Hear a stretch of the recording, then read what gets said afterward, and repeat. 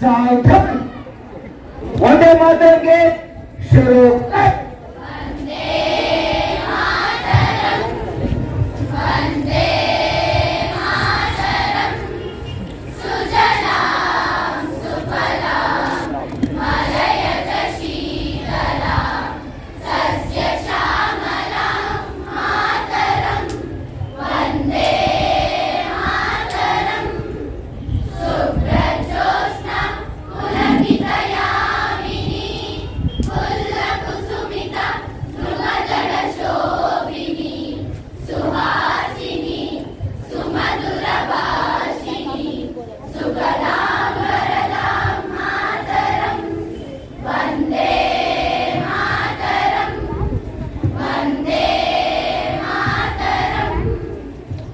ಈಗ ಧ್ವಜಾರೋಹಣ M Srinivas sir ಅವರು ಮಾನ್ಯ ಉಪ ವಿಭಾಗಾಧಿಕಾರಿ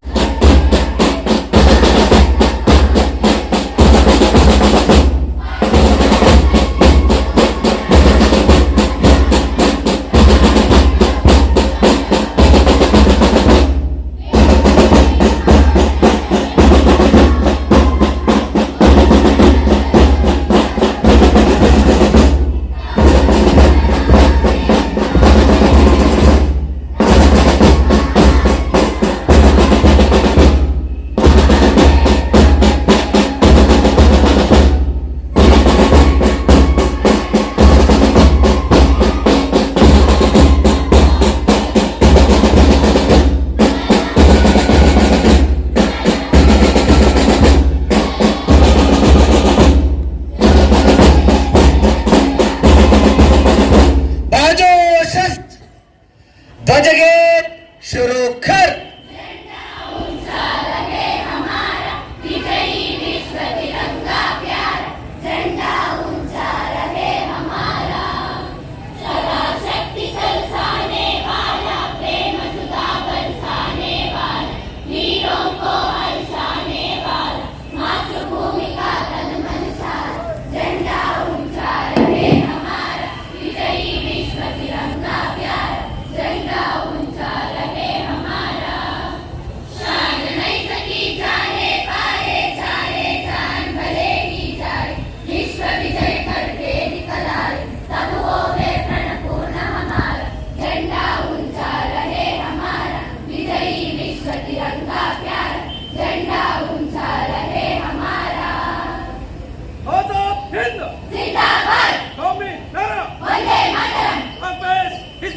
ಧ್ವಜಾರೋಹಣವನ್ನು ನೆರವೇರಿಸಿಕೊಟ್ಟಿರ್ತಕ್ಕಂತಹ ಮಾನ್ಯ ಉಪ ವಿಭಾಗಾಧಿಕಾರಿಗಳಿಗೆ ಧನ್ಯವಾದಗಳನ್ನು ಸಮರ್ಪಿಸ್ತಾ ಇದ್ದೀವಿ.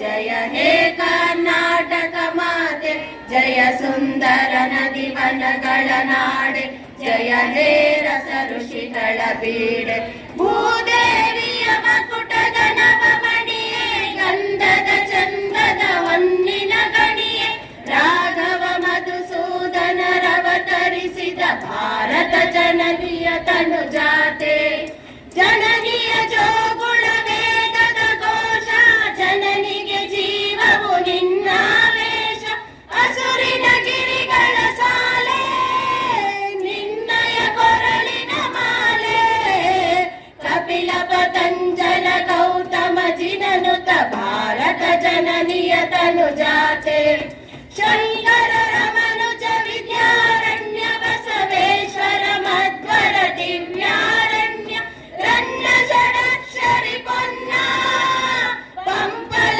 ಕುಮಿಪತಿ ಜನ್ನ, ಕುಮಾರ ವ್ಯಾಸರ ಮಂಗಳ ಧಾಮ, ಕವಿ ಕೋಗಿಲೆಗಳ ಪುಣ್ಯಾರಾಮ, ನಾನಕ ರಾಮಾನಂದ ಕಬೀರರ ಭಾರತ ಜನನಿಯ ತನು ಜಾತೆ, ತೈಲಪ ಹೊಯ್ಸಳರಾಳಿದ ನಾಡೆ, ಡಂಕಣ ಜಗಣರ ನೆಚ್ಚಿನ ಪೀಡೆ, ಕೃಷ್ಣ ಶರಾವತಿ ತುಂಗ ಕಾವೇರಿಯವರ ರಂಗ, ಚೈತನ್ಯ ಪರಮಹಂಸ ವಿವೇಕರ ಭಾರತ ಜನನಿಯ ತನು ಜಾತೆ, ಸರ್ವ ಜನಾಂಗದ ಶಾಂತಿಯ ತೋಟ, ರಸಿಕರ ಕಂಗಳ ಸೆಳೆಯುವ ನೋಟ, ಹಿಂದೂ ಕ್ರೈಸ್ತ ಮುಸಲ್ಮಾನ, ಪಾರಸಿಕ ಜೈನರುದ್ಯಾನ, ಜನಕನ ಹೋಲ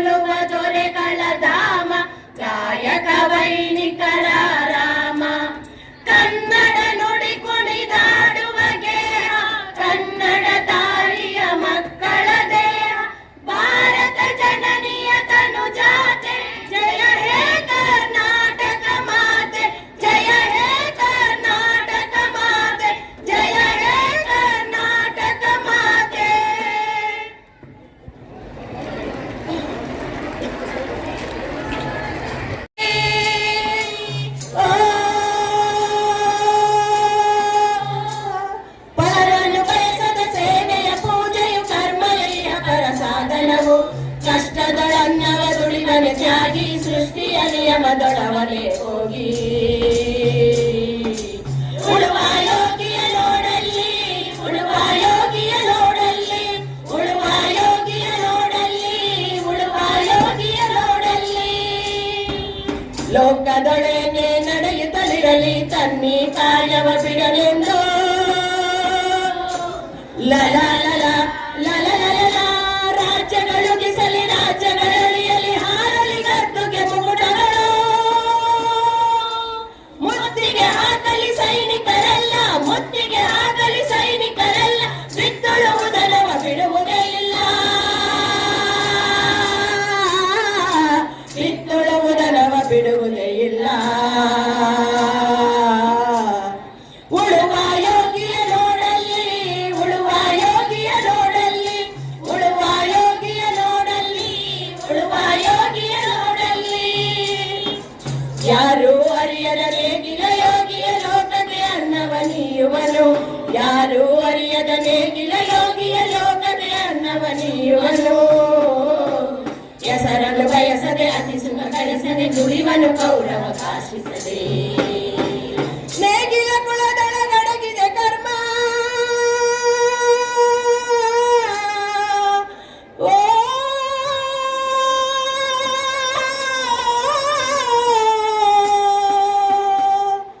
ನೇಗಿಲ ಕುಲದೊಳಗಡಗಿದೆ ಕರ್ಮ ನೇಗಿಲ ಮೇಲೆ ನಿಂತಿದೆ ಧರ್ಮ ನೇಗಿಲ ಮೇಲೆ ನಿಂತಿದೆ ಧರ್ಮ ಉಳುವ ಯೋಗಿಯ ನೋಡಲ್ಲಿ ಉಳುವ ಯೋಗಿಯ ನೋಡಲ್ಲಿ ಉಳುವ ಯೋಗಿಯ ನೋಡಲ್ಲಿ ಉಳುವ ಯೋಗಿಯ ನೋಡಲ್ಲಿ ಹಾಗೂ ಎಲ್ಲ ತಾಲೂಕಿನ ಜನಪ್ರತಿನಿಧಿಗಳೇ, ನಾಗರಿಕ ಬಂಧುಗಳೇ ಹಾಗೂ ನನ್ನೆಲ್ಲ ಅಧಿಕಾರಿ ಮಿತ್ರರೇ ಹಾಗೂ ಮಾಧ್ಯಮ ಮಿತ್ರರಿಗೆ ಹಾಗೂ ಇಲ್ಲಿ ನಡೆದಿರ್ತಕ್ಕಂತಹ ಎಲ್ಲ ಶಾಲಾ ಮಕ್ಕಳಿಗೆ ತಮ್ಮೆಲ್ಲರಿಗೂ ಕೂಡ 75ನೇ ವರ್ಷದ ಗಣರಾಜ್ಯೋತ್ಸವದ ಶುಭಾಶಯಗಳು. ಭಾರತದ ಆಡಳಿತ ವ್ಯವಸ್ಥೆಯಲ್ಲಿ ಜಾರಿಯಲ್ಲಿದ್ದಂತಹ ರಾಜಪ್ರಭುತ್ವ ಹಾಗೂ ಸಾಮ್ರಾಜ್ಯಶಾಹಿ ಆಡಳಿತ ಎಂಬ ಎರಡು ಆಡಳಿತ ವಿಧಾನಗಳನ್ನು ನಿರ್ಮೂಲನೆ ಮಾಡಿ ಪ್ರಜಾಪ್ರಭುತ್ವ ಹಾಗೂ ಎಂಬ ಹೆಚ್ಚು ಜನಪ್ರಿಯವಾದಂತಹ ವ್ಯವಸ್ಥೆಯನ್ನು ಅಳವಡಿಸಿಕೊಂಡು ರೂಪಿಸಿಕೊಂಡ ಕಾರಣಕ್ಕಾಗಿ ಈ ದಿನ ಅಂದರೆ ಜನವರಿ 26ರಂದು ನಾವು ದೇಶದಲ್ಲಿ ಅತಿ ವಿಜೃಂಭಣೆಯಿಂದ ಗಣರಾಜ್ಯೋತ್ಸವ ದಿನಾಚರಣೆಯನ್ನು ಆಚರಿಸುತ್ತಿದ್ದೇವೆ. ಡಾಕ್ಟರ್ ಬಾಬಾ ಸಾಹೇಬ್ ಅಂಬೇಡ್ಕರ್ ಅವರ ಅಧ್ಯಕ್ಷತೆಯಲ್ಲಿ 1949ರ ನವೆಂಬರ್ 26ರಂದು ಭಾರತದ ಆಡಳಿತವು ಹೊಸ ಸಂವಿಧಾನವನ್ನು ರೂಪಿಸಿ ಜನವರಿ 26ರಂದು ಅದನ್ನು ಅಳವಡಿಸಿಕೊಂಡಿತು. ಸಂವಿಧಾನದ ಮೊದಲ ಪುಟದಲ್ಲಿ ಪ್ರಿಯಂಬಲ್ನಲ್ಲಿ ಹೇಳಿದ ಹಾಗೆ ಸಾರ್ವಭೌಮ ಪ್ರಜಾತಾಂತ್ರಿಕ ಆಶಯಗಳನ್ನು ಎತ್ತಿ ಹಿಡಿದು ಸಾಮಾಜಿಕ ಆರ್ಥಿಕ ನ್ಯಾಯವನ್ನು ಪ್ರತಿಪಾದಿಸಿದ ಹಾಗೂ ಕಾನೂನಿನ ಮುಂದೆ ಅಂತಸ್ತು ಅಧಿಕಾರಗಳ ವಿಚಾರದಲ್ಲಿ ಎಲ್ಲರೂ ಸಮಾನರು ಎಂದು ಪ್ರತಿಪಾದಿಸಿದ ಮನುಷ್ಯನ ಘನತೆ, ರಾಷ್ಟ್ರದ ಏಕತೆ ಹಾಗೂ ಸಹೋದರತ್ವವನ್ನು ಅಳವಡಿಸಿಕೊಂಡಂತಹ ದಿನ ಈ ದಿನ. ಗಣತಂತ್ರ, ಜಾತ್ಯತೀತ, ಸಾರ್ವಭೌಮ ಹಾಗೂ ಸಮಾಜವಾದಿ ಆಶಯಗಳನ್ನು ಜನರಿಗೋಸ್ಕರ ಜನರಿಗಾಗಿ ನಡೆಯುವ ಆಡಳಿತ ವಿಧಾನವನ್ನು ಅಳವಡಿಸಿಕೊಂಡ ಯಶಸ್ವಿ ಪರಿಣಾಮದಿಂದಲೇ ಭಾರತವು ಜಗತ್ತಿನ ಅತಿ ದೊಡ್ಡ ಪ್ರಜಾಪ್ರಭುತ್ವ ದೇಶವಾಗಿ ಹೊರಹೊಮ್ಮಿದೆ. ಸಾಮಾಜಿಕ, ಆರ್ಥಿಕ, ರಾಜಕೀಯ ನ್ಯಾಯದ ಹಿನ್ನೆಲೆಯಲ್ಲಿ ಮೀಸಲಾತಿ ಎಂಬ ಕಲ್ಪನೆಯನ್ನು ಭಾರತ ದೇಶದ ಸಾಮಾಜಿಕ ಅಂತಸ್ತಿನಲ್ಲಿ ಪರಿಣಾಮಕಾರಿಯಾದ ಬದಲಾವಣೆಯನ್ನು ಕೂಡ ತಂದಿದೆ. ಅತ್ಯಂತ ಸುಭದ್ರ ಹಾಗೂ ಲಿಖಿತಪೂರ್ವದ ನಮ್ಮ ಸಂವಿಧಾನವು 74 ವರ್ಷ ಕಳೆದರೂ ಅನೇಕ ತಿದ್ದುಪಡಿಗಳಿಗೂ ಒಳಗಾದರೂ ಜಗತ್ತಿನ ಆಡಳಿತದ ವಿವಾದದಲ್ಲಿ ಕೈಮರವಾಗಿದೆ. ನಮ್ಮ ಸಂವಿಧಾನಗಳ ದೇಶಗಳ ಅನ್ವಯ ಇಂದು ಪಂಚಾಯತ್ ರಾಜ್ ವ್ಯವಸ್ಥೆಯನ್ನು ಕೂಡ ನಾವು ಜಾರಿಯಲ್ಲಿದೆ. ಇದರ ಪರಿಣಾಮವಾಗಿ ಅಧಿಕಾರವೂ ಕೂಡ ವಿಕೇಂದ್ರಗೊಂಡು ಗ್ರಾಮ ಪಂಚಾಯತಿ, ತಾಲೂಕು ಪಂಚಾಯತಿ ಹಾಗೂ ಜಿಲ್ಲಾ ಪಂಚಾಯತಿ ಎಂಬ ಸ್ಥಳೀಯ ವ್ಯವಸ್ಥೆಯನ್ನು ಕೂಡ ನಾವು ಅಳವಡಿಸಿಕೊಂಡಿದ್ದೇವೆ. ಇದರ ಹಿನ್ನೆಲೆಯಾಗಿ ಸಾಮಾಜಿಕವಾಗಿ, ಶೈಕ್ಷಣಿಕವಾಗಿ, ಆರ್ಥಿಕವಾಗಿ ಹಿಂದುಳಿದವರಿಗೆ ಶೈಕ್ಷಣಿಕ ಹಾಗೂ ಉದ್ಯೋಗದ ವಲಯಗಳಲ್ಲಿ ಕೂಡ ನಾವು ಮೀಸಲಾತಿಯನ್ನು ಕಲ್ಪಿಸಲಾಗಿದೆ. ಹಾಗೆ ಇದನ್ನು ಮುಂದುವರೆದು ಚುನಾವಣೆಗಳಲ್ಲೂ ಕೂಡ ಮೀಸಲಾತಿಗಳನ್ನು ಕಲ್ಪಿಸಲಾಗಿದೆ. ನಮ್ಮ ಸಂವಿಧಾನದಲ್ಲಿ ಎಲ್ಲ ಪ್ರಜೆಗಳಲ್ಲೂ ಮೂಲಭೂತ ಹಕ್ಕುಗಳನ್ನು ಕೂಡ ನೀಡಿದೆ. ಜಾತಿ, ಧರ್ಮ, ಮತ ಭೇದವಿಲ್ಲದೆ ಸಮಾನತೆಯ ಹಕ್ಕನ್ನು ಕೂಡ ನೀಡಿದೆ. ಇಂದು ನಮ್ಮ ದೇಶದ ಪ್ರಜಾತಂತ್ರ ವ್ಯವಸ್ಥೆಯ ನಾಲ್ಕನೇ ಅಡಿಪಾಯವಾದಂತಹ ಬಿಂಬಿತವಾಗಿರ್ತಕ್ಕಂತಹ ಸುದ್ದಿ ಮಾಧ್ಯಮವೂ ಕೂಡ ಸ್ವತಂತ್ರವಾಗಿ ಅಭಿಪ್ರಾಯವನ್ನು ವ್ಯಕ್ತಪಡಿಸುವುದರ ಹಿಂದೆ ನಮ್ಮ ಸಂವಿಧಾನದ ವಾಕ್ ಸ್ವಾತಂತ್ರ್ಯದ ಹಕ್ಕನ್ನು ಕೂಡ ನೀಡಿದಂತಾಗಿದೆ. ನಮ್ಮ ಸಂವಿಧಾನದಿಂದ ದೇಶದ 18 ವರ್ಷ ತುಂಬಿದ ಎಲ್ಲ ಪ್ರಜೆಗಳು ಮತದಾನದ ಹಕ್ಕನ್ನು ಕೂಡ ಗಳಿಸಿದ್ದಾರೆ. ಹಾಗೂ ದೇಶದ ಯಾವುದೇ ಪ್ರಜೆಯು ಈ ದೇಶದ ಅತ್ಯುನ್ನತ ಹುದ್ದೆಯಾದಂತಹ ರಾಷ್ಟ್ರಪತಿ ಹುದ್ದೆಗೂ ಕೂಡ ಸ್ಪರ್ಧಿಸುವ ಅಧಿಕಾರವನ್ನು ಕೂಡ ಗಳಿಸಿದ್ದಾರೆ. ಭಾರತದ ಭವಿಷ್ಯದ ಪೀಳಿಗೆಯಾದ ನೀವು ಸ್ವಾತಂತ್ರ್ಯ, ಸಮಾನತೆ, ಭ್ರಾತೃತ್ವ ಇವು ಅನ್ನಕ್ಕಿಂತಲೂ ಮಿಗಿಲು ಸರ್ವೋದಯವಾಗಲಿ ಸರ್ವರಲಿ ಎಂಬ ವಿಶ್ವ ಮಾನವರಾದಂತಹ ಕುವೆಂಪು ಅವರ ಆಶಯವನ್ನು ಎತ್ತಿ ಹಿಡಿಯಬೇಕಾಗಿದೆ. ಈ ದೇಶಕ್ಕೆ ವಾರಸುದಾರರಾದ ನಾವು ಸಹನೀಯವಾದ ಪ್ರೀತಿಯ ತಾರತಮ್ಯ ರಹಿತವಾದ ಸುಂದರ ದೇಶವನ್ನು ನಿರ್ಮಿಸುವುದರಲ್ಲಿ ಕ್ರಿಯಾಶೀಲರಾಗಬೇಕು ಎಂದು ಆಶಿಸುತ್ತೇನೆ. ಪ್ರಜಾಪ್ರಭುತ್ವ ಎಂದೂ ದಣಿಯದಿರಲಿ, ಜನರ ಸೇವೆಗಾಗಿ ಮಿಡಿಯುತ್ತಿರಲಿ, ಆಡಳಿತ ಯಂತ್ರವು ಕರುಣಾಮಯವಾಗಲಿ ಹಾಗೂ ಕರ್ತವ್ಯಬದ್ಧವಾಗಿರಲಿ. ಜೈ ಹಿಂದ್, ಜೈ ಕರ್ನಾಟಕ.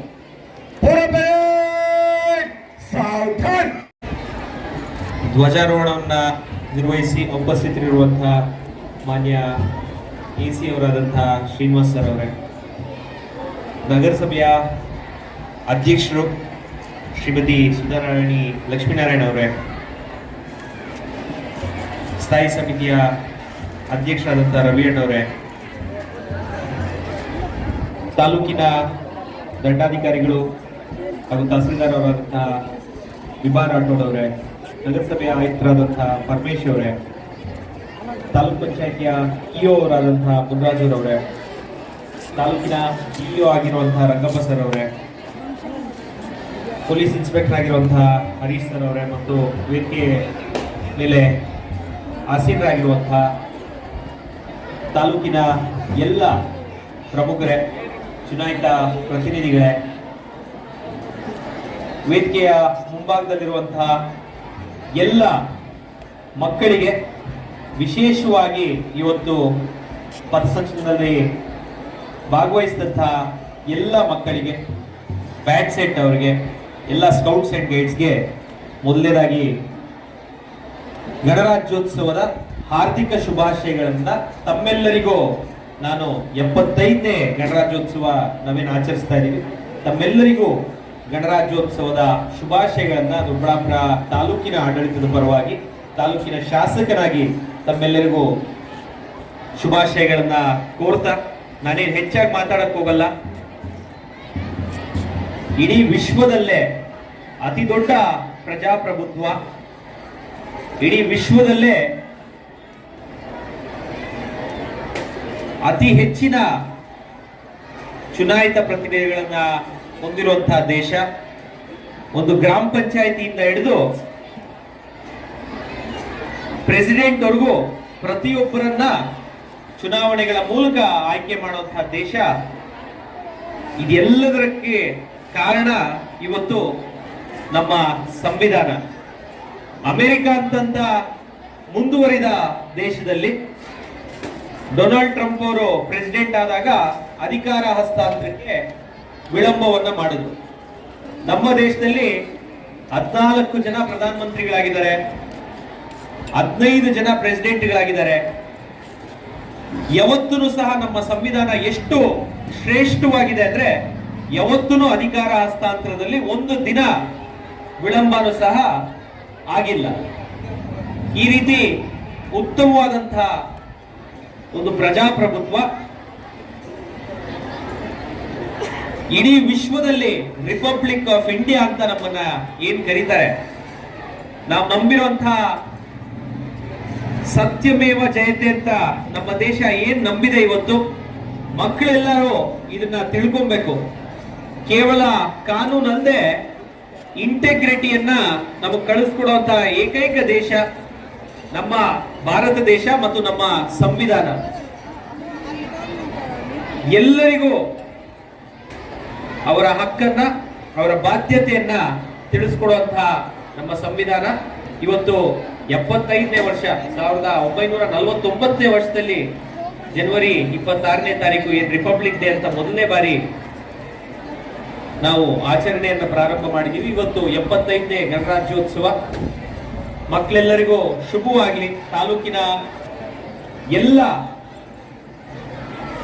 ಅಧಿಕಾರಿ ವರ್ಗದವರು ಮತ್ತು ಎಲ್ಲರೂ ಸಹ ತಾಲೂಕಿನ ಜನತೆಯ ಸೇವೆಗೆ ಸದಾಕಾಲ ಸಂವಿಧಾನ ಬದ್ಧವಾಗಿ ಕೆಲಸವನ್ನ ಮಾಡ್ತಾರೆ. ಮತ್ತು ನಾನು ಸಹ ತಾಲೂಕಿನ ಶಾಸಕನಾಗಿ ಅದೇ ರೀತಿ ಕೊಟ್ಟಿರುವಂತಹ ಜವಾಬ್ದಾರಿಯನ್ನ ಪ್ರಾಮಾಣಿಕವಾಗಿ ನಿಭಾಯಿಸ್ತೀನಿ ಅಂತ ಹೇಳ್ತಾ, ತಾಲೂಕಿನ ಆಡಳಿತಕ್ಕೆ ಮತ್ತು ವೇದಿಕೆ ಮೇಲಿರುವಂತಹ ಎಲ್ಲ ಅಧಿಕಾರಿಗಳಿಗೆ ಈ ಒಂದು ವೇದಿಕೆಯ ಮೂಲಕ ಎಲ್ಲರಿಗೂ ಮತ್ತೊಮ್ಮೆ 75ನೇ ಗಣರಾಜ್ಯೋತ್ಸವದ ಹಾರ್ದಿಕ ಶುಭಾಶಯಗಳು ತಿಳಿಸ್ತಾ, ಈ ವೇದಿಕೆ ಮೇಲಿರುವಂತಹ ಎಲ್ಲ ಹಿರಿಯರಿಗೆ, ವೇದಿಕೆ ಮುಂಭಾಗದಲ್ಲಿರುವಂತಹ ಎಲ್ಲ ಮಕ್ಕಳಿಗೆ ಧನ್ಯವಾದಗಳನ್ನು ಸಲ್ಲಿಸ್ತಾ ನನ್ನ ಮಾತನ್ನು ಮುಗಿಸ್ತೀನಿ. ಧನ್ಯವಾದ.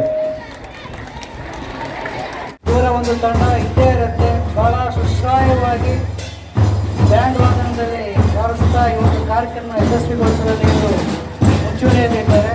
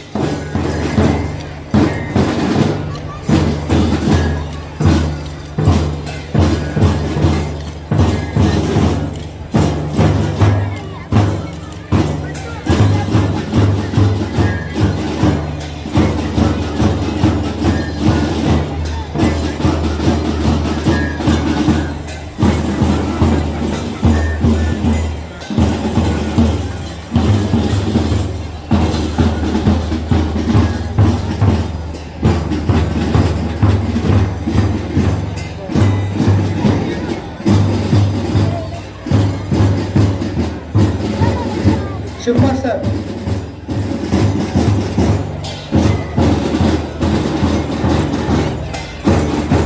ಶಿವಕುಮಾರ್ ಸರ್ ಇದ್ದೀರಾ?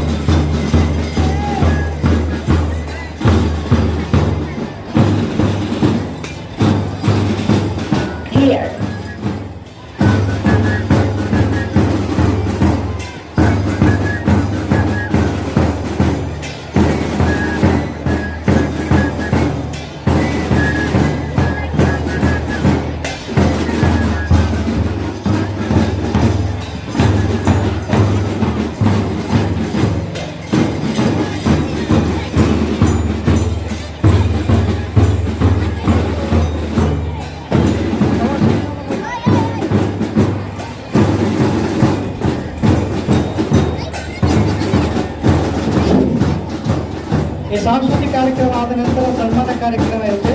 ಸನ್ಮಾನ ಕಾರ್ಯಕ್ರಮ ಆದಮೇಲೆ ಸಾಂಸ್ಕೃತಿಕ ಕಾರ್ಯಕ್ರಮ ಇರುತ್ತೆ. ನಳಂದ ಶಾಲೆಯರು ವೇಟ್ ಮಾಡಬೇಕು.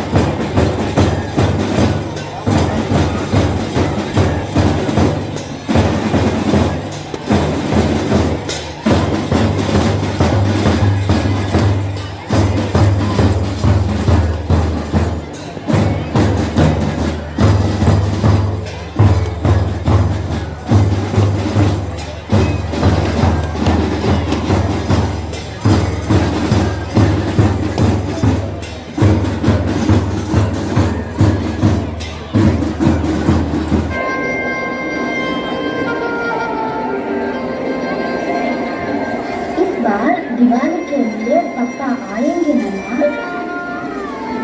अरे बेटा, क्यों नहीं, इस बार आएंगे, ढेर सारी मिठाई बनाएंगे और खूब मस्ती करेंगे, ठीक है ना? ठीक है माँ।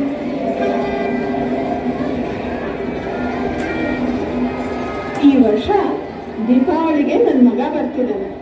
ಅವನಿಗಾಗಿ ಸಾಕಷ್ಟು ಲಡ್ಡುಗಳನ್ನ ಮಾಡ್ತಿದ್ದೀನಿ. ಅವನಿಗೆ ಲಡ್ಡು ಅಂದ್ರೆ ತುಂಬಾ ಇಷ್ಟ. ಸಾಕಷ್ಟು ಲಡ್ಡುಗಳನ್ನ ತಿನ್ಲಿ. ವರ್ಷಕ್ಕೊಂದ್ಸರಿ ಬರ್ತಾನೆ ಮಗು. ये सारे विश्व के जवान हैं। इनका न कोई धर्म है, न कोई जाति। ये अपने अपने राष्ट्र के अमन और शांति के लिए आए हैं और ये अंतिम सांस तक उसी के लिए लड़ते रहेंगे।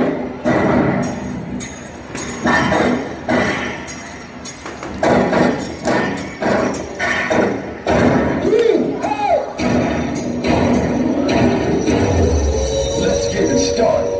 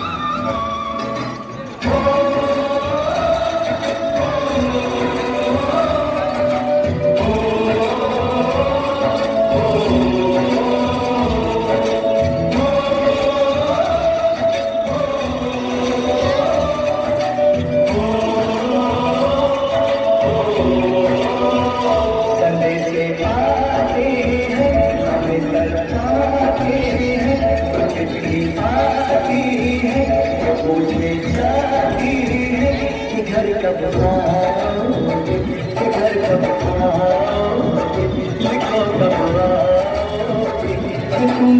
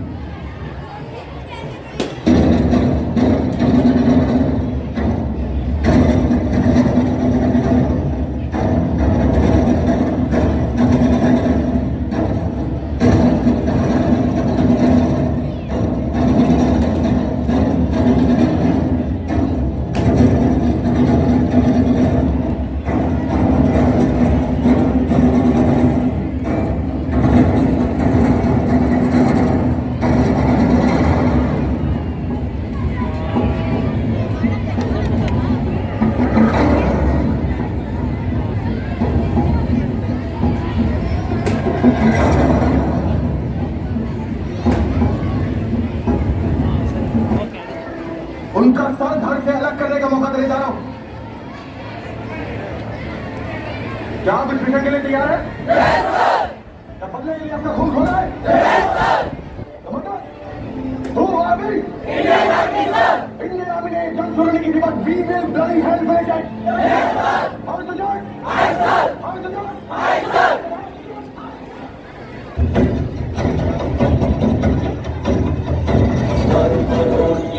चले हैं बांध के कफन, दुश्मनों को कर उनकी मिट्टी में दफन। अब जो हमारी तरफ बढ़े पूरी कदम, इतिहास से मिटाएंगे बुनियाद उनकी हम। मर के भी मिटने न दें, मर के भी मिटने न दें तिरंगे